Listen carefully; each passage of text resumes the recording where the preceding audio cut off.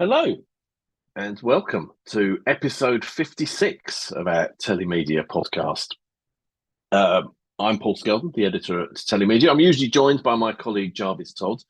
However, with it being the summer and he needing to drum up business and keep those contacts flowing, is off, I believe, playing golf, which is appropriate as today we're going to be talking largely about sport.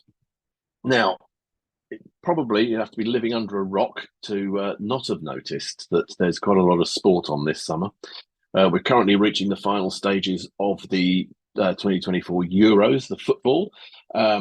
If you're lucky enough to be Spanish or indeed English, we're still got skin in the game, or Dutch, actually, seeing as it's the semi-final this evening for those of you watching live.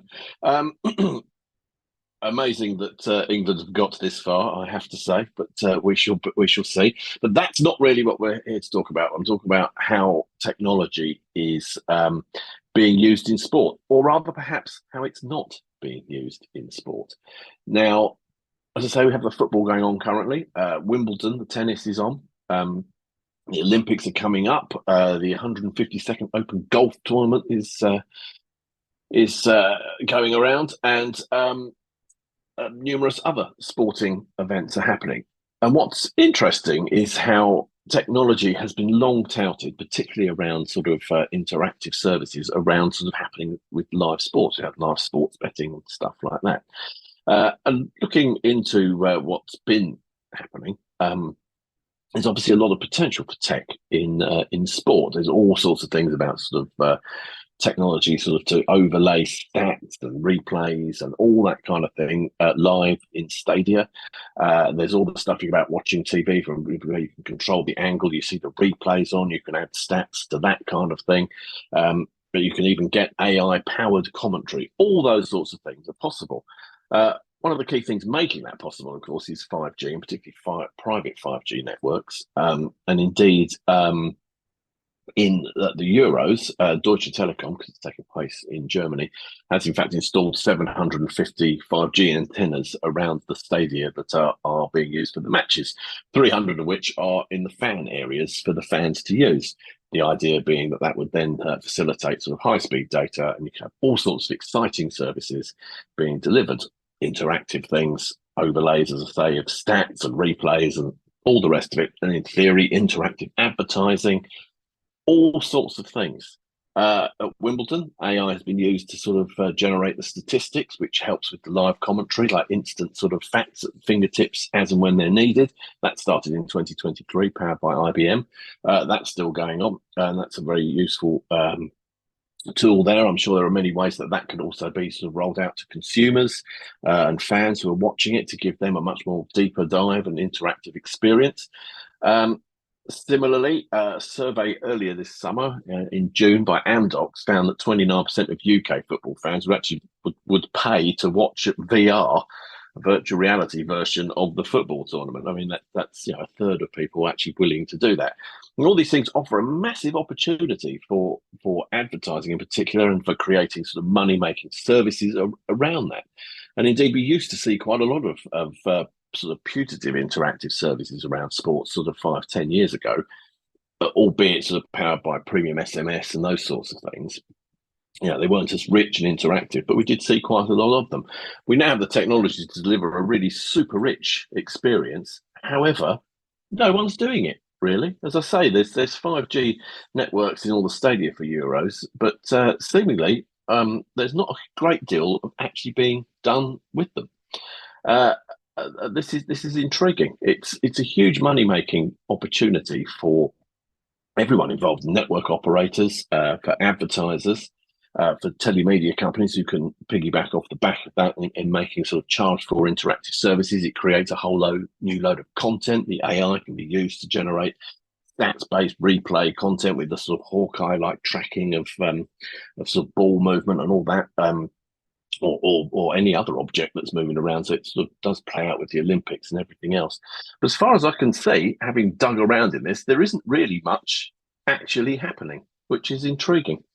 I did find that the 152nd Open Golf Tournament, which takes place later this month, I think starts next week, 14th of July, The NTT DATA, who are one of the sponsors, are doing some things there. They're running a data wall, which has all the sort of CGI enhanced sort of stuff showing what's happening and ball tracking and all that kind of thing. They've got an AI powered assistant who will help with explaining and offering sort of spectator insight into what's happening at there.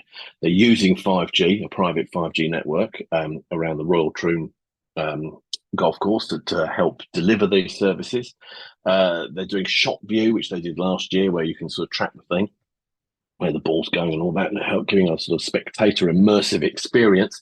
And also they're using a lot of stuff to sort of track the kind of sustainability profile of the tournament. But this is one of the few examples I can find out there that's actually using any of this interactive technology to deliver any sort of service, really, which is, I think, quite unusual.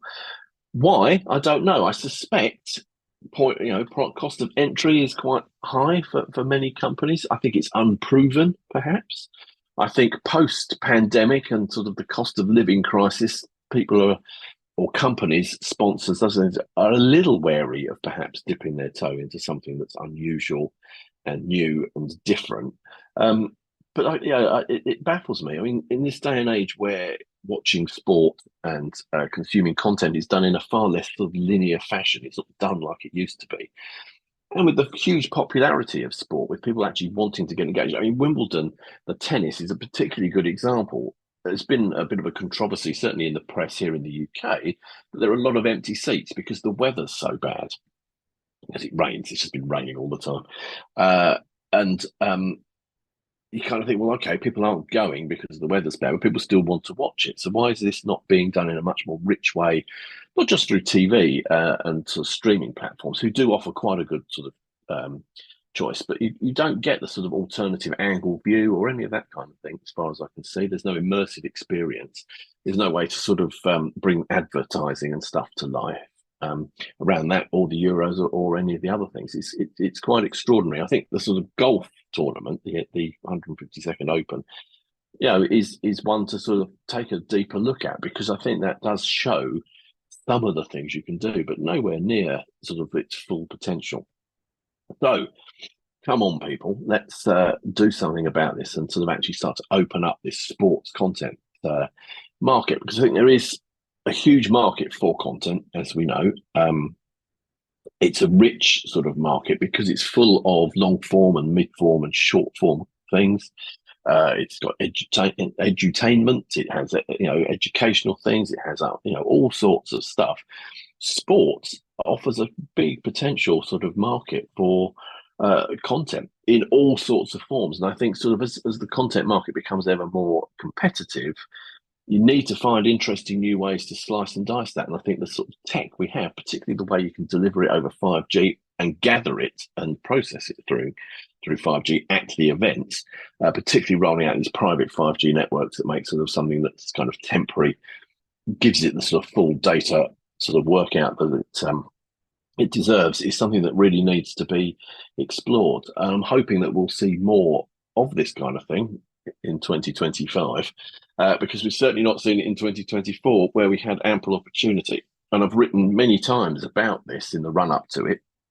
And if you go online and Google it, there are all sorts of articles about all the potential things you could do at these sporting events that are coming up or happening this summer.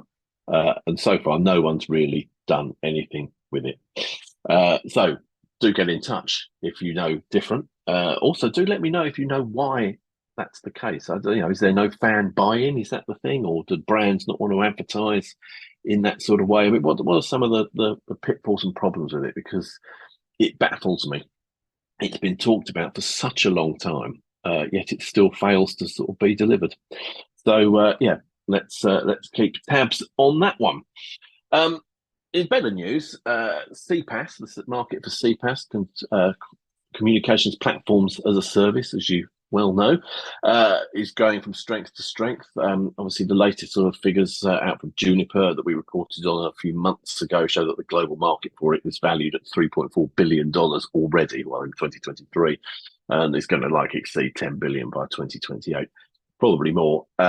the opening up of rich communication services, RCS, and improved SMS termination rates, and the use of AI chatbots and technology, and in that realm is fueling huge growth in it. It's how consumers want to interact with brands. It's how brands choose to do it. It's coming along in leaps and bounds, which is interesting because it is like the sports services. It is something that's sort of grown up in parallel with that. And again, we've written a lot about it, but it has started to deliver its on its promise, and we're starting to see that coming through. Those Juniper figures from a couple of months ago very sort of ably sort of demonstrate. We're running this week on our Telemedia news site. There'll be a link down below. A really interesting piece from our friends at Horizon about how to sort of get the most out of CPaaS, because it is now a very competitive market, and there are quite a few platforms and services on offer. And as a business looking to leverage communication services, you need to know what it is you're actually looking to do. And Horizon have given us some really useful sort of pointers. All of them, what you would expect: on this channel capabilities, feature-rich platforms, user-friendly interface, the flexibility of choice, innovation-friendly, all those things. But I think the key thing is that you've got to any CPaaS platform or any sort of communications platform or anything that you do now has to really have an eye on how this is going to develop. It's not going to just be, I don't think, limited maybe to WhatsApp, SMS, and RCS messaging. It's going to start to incorporate all sorts of other things. And I think sort of as content marketing becomes more of a prevalent thing in an ever increasing range of businesses, large and small, that sort of side of it and social messaging is going to become a bigger part of the CPaaS play. So I think that is something that really needs to be sort of looked at. And I think as well, don't ever sort of overlook this as a replacement for things like email. Email marketing is always going to have a role. I mean, I still get bombarded with it. I'm sure you do too. So that needs to be part of your CPaaS planning. But it's interesting to see that that companies like Horizon and other platform providers are really sort of pushing this. We talked about, I think, in our last podcast about Infobip and its AI based chat moderation. That's a key tool here as well in sort of underpinning sort of CPaaS and business messaging. I think we're going to see ever more of that kind of thing.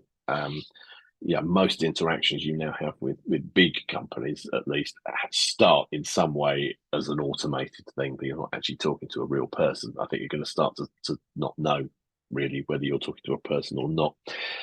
So we're going to see more of that. And I think it does drive this CPaaS market. I think it's going to be very interesting to see how companies at our World Telemedia event on the 7th and 8th of October, more of which in a moment, are pushing this, because I think there's more to be said about messaging than,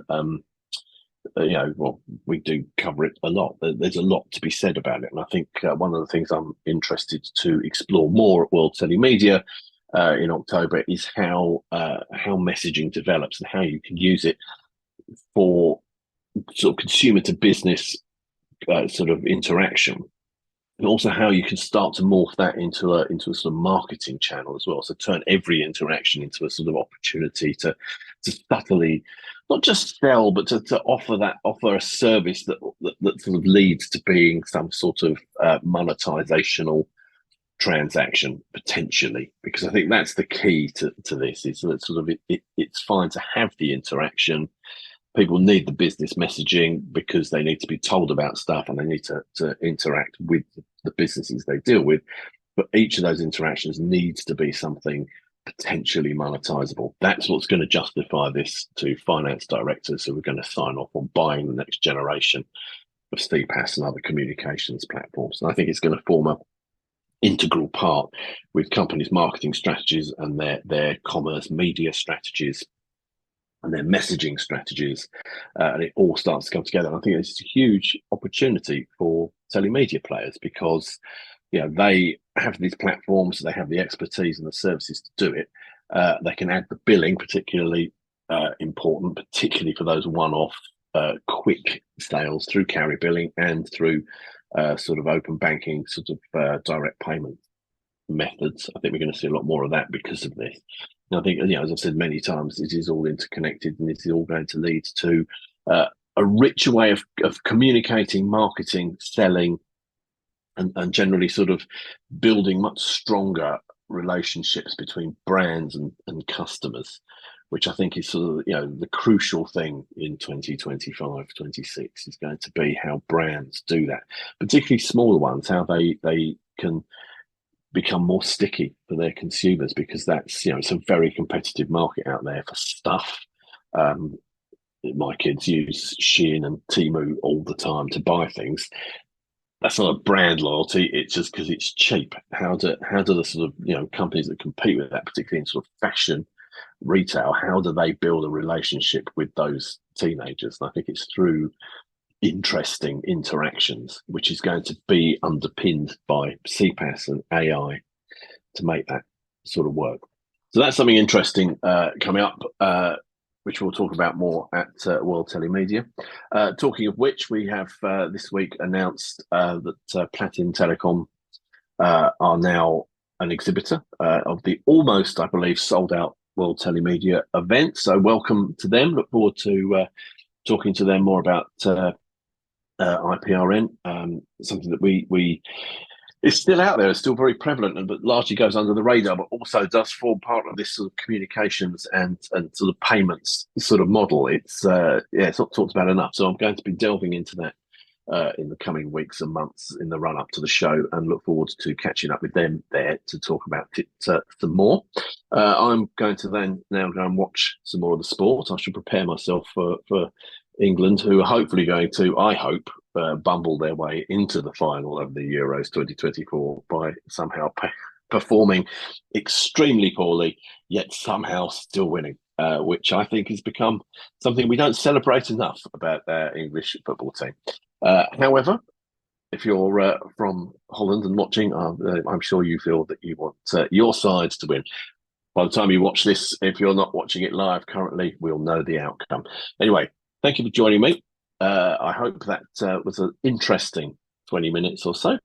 And I'll be joined again, I think, before the summer hits us by my erstwhile golfing colleague, Mr. Todd, where we can maybe wrap up some of the things we've been talking about in the first half of the year before we take a well-earned break ahead of coming back in early September to really drive into where we're going, I guess, the rest of 2024 and into 2025. And obviously all the news we'll have by then around what's coming up at World Telemedia in Marbella. So thanks for listening. See you again soon, and take care. And do get in touch if you've got any thoughts or opinions or views. If you violently disagree with everything I've said or agree with me, do let me know. Anyway, take care and see you soon.